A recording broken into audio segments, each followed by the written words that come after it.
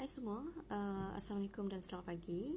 Okey, hari ini saya nak bagi sedikit penerangan berkaitan dengan bab 4 sebatang karbon.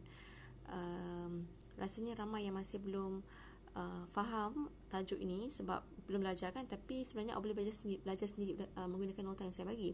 Ini saya terangkan sedikit lah. Okey, so sebatan karbon dia ada dua jenis, sebatan organik dengan sebatan tak organik. Okay, sebatan organik dia berasal daripada benda hidup. Apa yang dimaksudkan dengan benda hidup? Maksudnya tumbuhan dan haiwan. Okay, contoh sebatan organik adalah kat sini dia bagi contoh dia bagi contoh kat sini ada karbohidrat, protein, vitamin, sutra, petrol. Semua contoh-contoh tu adalah berasal daripada benda hidup. Okey, contohnya protein. Kenapa protein berasal daripada benda hidup? Okey, contohnya protein. Okey, protein apa contoh makanan yang makanan daripada protein? Okey, contohnya daging. Okey, daging adalah daripada haiwan. So dia adalah sebatan organik. Okey, kemudian contoh kat situ ada petrol petrol. So petrol kenapa dikatakan sebatan organik? Sebab petrol berasal daripada bahan api fosil. Okey, bahan api fosil ni adalah berasal daripada tumbuhan dan haiwan yang mati berjuta-juta tahun lalu tertimbus di bawah tanah, di dasar laut di dasar laut. So jadinya petrol ni dikategorikan sebagai sebatan organik kerana dia berasal daripada tumbuhan dan haiwan yang telah mati di dasar laut.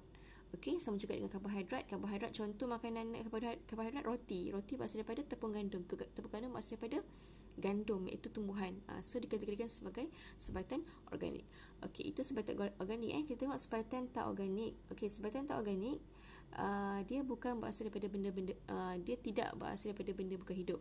Contohnya kat sini dah bagi gini, kalsium monoksida, karbon monoksida. Apa tu karbon monoksida? Jenis gas. Gas itu kat mana? Dekat udara. So dia bukan berasal daripada benda hidup So dia adalah berasal daripada benda bukan hidup.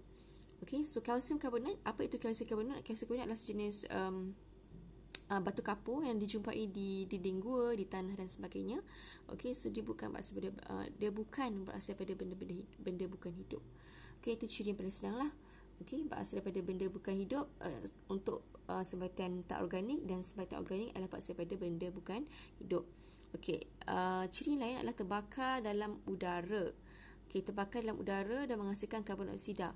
Untuk sebatan organik, ya. Okey, contohnya kalau kita bakar roti. Kita bakar roti, dia akan terbakar dan menghasilkan gas karbon dioksida. Tapi kalau kita bakar kalsium karbonat, batu kapur, dia tidak terbakar dan tidak menghasilkan gas karbon dioksida.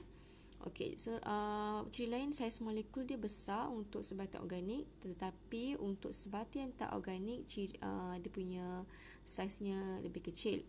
Dan kelarutan dalam pelarut organik, untuk sebatan organik dia larut. Okey, contoh protein, karbohidrat, kalau kita larutkan dalam pelarut organik dia akan larut lah. Tapi kalau batu kapur kita masukkan dalam pelarut organik, dia tidak larut lah. Okey, dan ciri terakhir itu contoh saya dah bagi tadi.